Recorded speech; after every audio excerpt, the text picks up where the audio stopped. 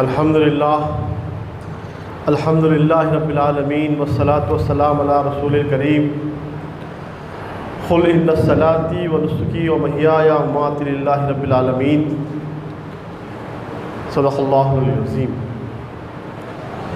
محترم بزرگوں، عزیز نوجوان ساتھیوں، السلام علیکم ورحمۃ اللہ وبرکاتہ۔ ماہ ربیع الثانی کا تیسرا جمعہ ہے۔ اللہ تعالیٰ قرآن مجید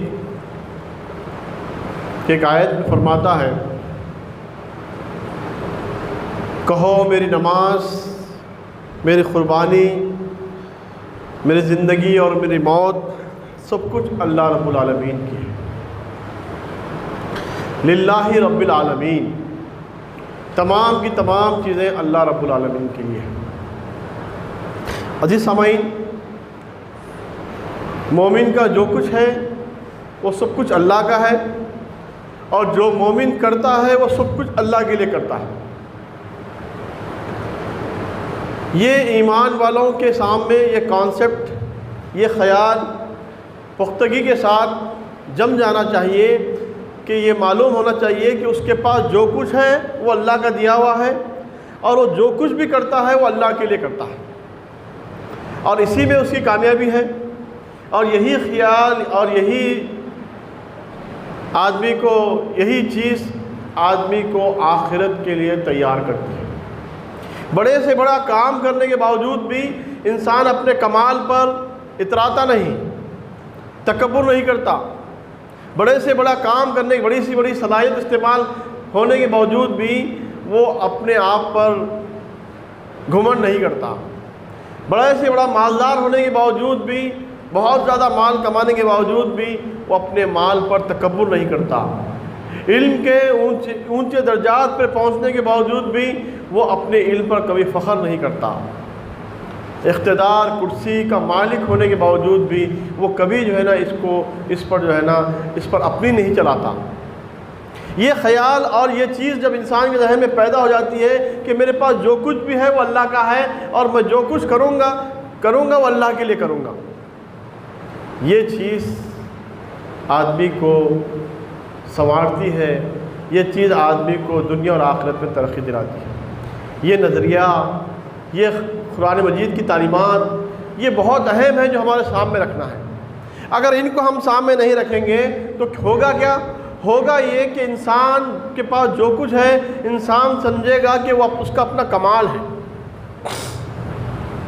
انسان کے پاس جو کچھ علم ہے، دولت ہے، اقتدار ہے، کرسی ہے، جو کچھ بھی ہے وہ سمجھے گا کہ میرا اپنا کمایا ہوا ہے، میرا اپنا کمال ہے۔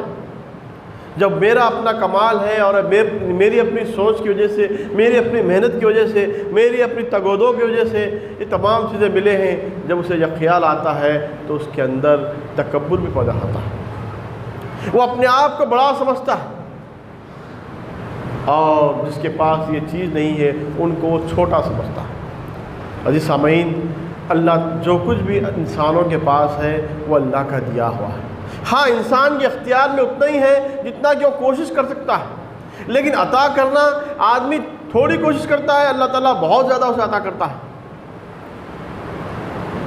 تو عزیز سامعین، یہ خیال ہمارے ذہن میں، خصوصاً ایمان والوں کے اندر یہ بات اس ذہن و گمان میں بس جانا چاہیے کہ جو کچھ بھی ہے وہ اللہ کے لیے ہے، اور جو کچھ بھی کریں گے وہ اللہ کے لیے۔ اسی جملے میں وہی بات کو پورے زور سے کہا گیا ہے، اور یہی وہ کلمات ہیں جو ابراہیم علیہ السلام نے کہے تھے۔ قل ان صلاتي ونسکی ومحیاي ومماتی للہ رب العالمین، کہو میری نماز، میری قربانی، میری زندگی اور میری موت سب کچھ رب العالمین کے لیے ہے۔ اور یہی وہ کلمات ہیں جو ہم عید قربان، یوم النحر کے دن جب جانور کو لٹاتے ہیں قبلہ رخ، بسم اللہ اللہ اکبر کرنے سے پہلے ہم یہ کرتے ہیں کہ اللہ میرا جو کچھ ہے تیرے لیے۔ یہ دعا میں کلمات شامل ہے۔ تو عزیز سامعین، صرف اس مقام کے لیے، اس وقت کے لیے نہیں ہے، بلکہ زندگی میں ہر وقت اسے یہ چیز سامنے رکھنی چاہیے کہ میرا جو کچھ ہے وہ اللہ کے لیے ہے۔ مومن کا جو کچھ بھی کام ہے وہ اللہ کے لیے، چاہے وہ عبادت کا معاملہ ہو، چاہے وہ معاملہ قربانی کا ہو، میری نماز اور میری قربانی، میرا جینا اور میرا مرنا، تمام زندگی کا احاطہ کیا گیا ان الفاظ میں۔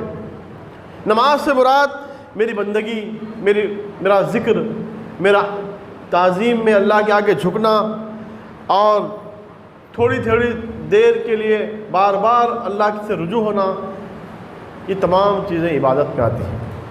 عزیز سامعین، آدمی جب اپنے آپ کو جھکاتا ہے تعظیم میں اور اللہ کو بڑا مانتا ہے، ذکر و اذکار کرتا ہے، غلام سمجھ کے وہ اللہ کے آگے جھکتا ہے، یہ عبادت کا روحانی پہلو یہ ہے کہ اپنے آپ کو جھکاتا ہے تعظیم میں اللہ کے آگے۔ عبادت یہ ہے کہ اللہ کے حکم کے آگے ہم اپنے آپ کو جھکائیں، زندگی کے ہر معاملے میں اللہ کا حکم جو آ گیا اس کے آگے ہم اپنی مرضی کو جھکا دیں۔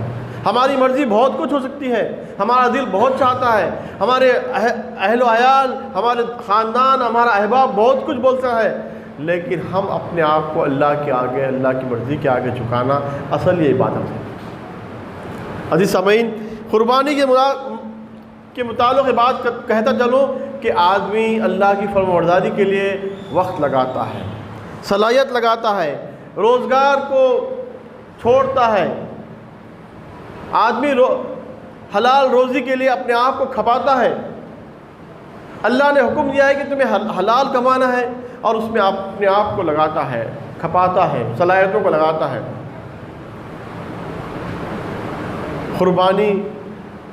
قربانی ایک ایسا لفظ ہے جو ہر کام کے لیے ضروری ہے، چاہے وہ کام دنیائی ہو، چاہے وہ آخرت کا کام۔ قربانی کے بغیر کوئی کام جو ہے نا اس کے احسن درجے تک نہیں پہنچ سکتا۔ کوئی کام میں اگر چاشنی پیدا کرنا ہے، کوئی کام میں اگر ترقی پیدا کرنا ہے، کوئی کام میں اونچے درجے تک پہنچنا ہے تو قربانی یقیناً ضروری ہے۔ چاہے وہ طالب علم کا معاملہ ہو، اسے اپنے امتحان میں کامیاب ہونے کا معاملہ ہو، چاہے تاجر کا معاملہ ہو، اسے اپنی تجارت میں کامیاب ہونے کا ہے، چاہے جو ہے نا عبادت کا معاملہ ہو، ہر معاملے میں انسان کو قربانی دینا پڑے گا۔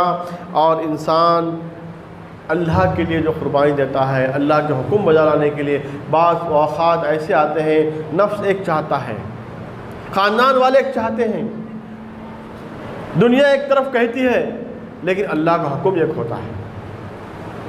وہاں پہ اپنے نفس کی قربانی، اپنے اپنوں کی جو ہے نا خواہشات کی قربانی، تمام کو آپ کو قربان کرنا پڑے گا، اور جو ہے نا اللہ کے حکم کی تعمیل کرنا پڑے گا، وہی اصل قربانی ہے۔ عزیز سامعین، میری نماز، میری قربانی سے بات ہمیں معلوم ہونا چاہیے کہ اللہ کے نبی صلی اللہ علیہ وسلم نے کہا ہے کہ یہ وہ چیزیں ہیں جب اللہ تعالیٰ کے پاس اسے حاصل ہو جائیں گے، اور یہ وہ چیزیں ہیں جب آدمی تمام چیزیں کر کے جب اللہ کو ملنا پسند کرے گا۔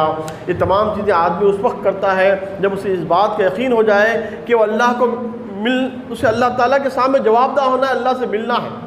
اللہ کے نبی صلی اللہ علیہ وسلم فرماتے ہیں کہ جو کوئی اللہ سے ملنے کو پسند کرتا ہے تو اللہ بھی اس سے ملنے کو پسند کرتا ہے۔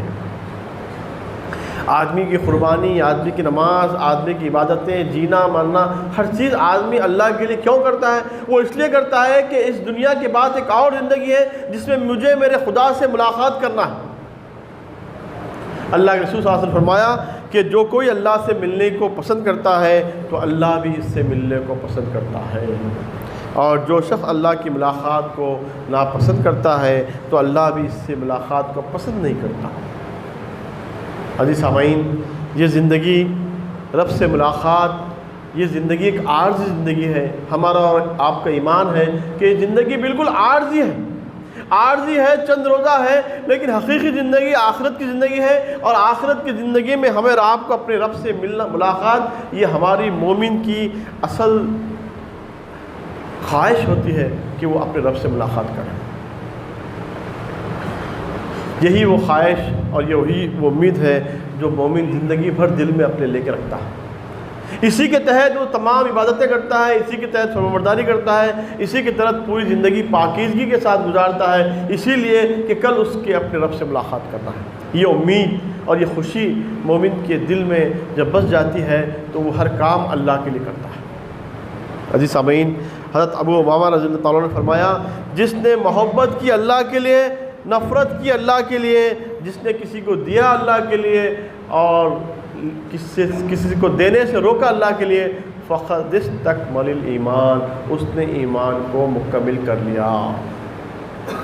تو اس سے بات معلوم ہوتی ہے کہ مومن کا ہر کام محبت، نفرت، دین لین، تمام چیزیں اللہ کو راضی کرنے کے لیے ہو۔ وہ اپنی کسی ذاتی مفاد کے لیے، کسی اپنی ذاتی فائدے کے لیے کسی سے محبت نہ کرے، کسی اپنی ذاتی نقصان کی وجہ سے، کسی اپنی ذات کی وجہ سے کچھ برا بھلا کہنے سے کسی سے نفرت نہ کرے، بلکہ وہ اللہ کے لیے محبت کرے، اور نفرت بھی کرے تو اللہ کے لیے کرے۔ اور کسی وجہ سے اللہ کے حکم کی نافرمانی ہو رہی ہے، ظلم و زیادتی ہو رہی ہے، اللہ کے احکام کو پامال کیا جا رہا ہے، تو اس سے نفرت کی جا سکتی ہے۔ تو اللہ کے رسول صلی اللہ علیہ وسلم نے فرمایا مومن کا کام یہ ہوتا ہے کہ زندگی کے ہر معاملے میں وہ اللہ کو راضی کرنے کی کوشش کرتا ہے۔ عزیز سامعین، انسان کی زندگی میں بہت ساری چیزیں پیش آتی ہیں کہ ہر معاملے میں انسان کو چاہیے کہ وہ خدا کو راضی کرے، اور اس کو راضی کرنے میں ہی ہماری دنیا اور آخرت کی فلاحی ہے۔ تو اس آیت کا مفہوم یہی ہے کہ قل ان صلاتی و نسکی و محیای و مماتی للہ رب العالمین، کہو میری نماز، میری قربانی، میرا جینا اور میرا مرنا سب کچھ اللہ رب العالمین کے لیے ہے۔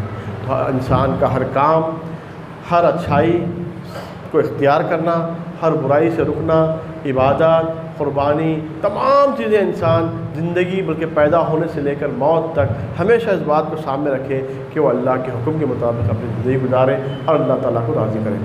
اللہ تعالیٰ سے دعا ہے کہ اللہ تعالیٰ ہمیں اور آپ کو اس آیت کو سامنے رکھتے ہوئے زندگی گزارنے والا بنائے، ہمیں ہر کام اللہ کی خوشنودی اور اللہ کو راضی کرنے والا بنائے۔ اللہ تعالیٰ ہمارے خطاؤں کو درگزر فرمائے، ہماری دنیا اور آخرت میں کامیابی عطا فرمائے۔ وآخر دعوانا الحمدللہ رب العالمین۔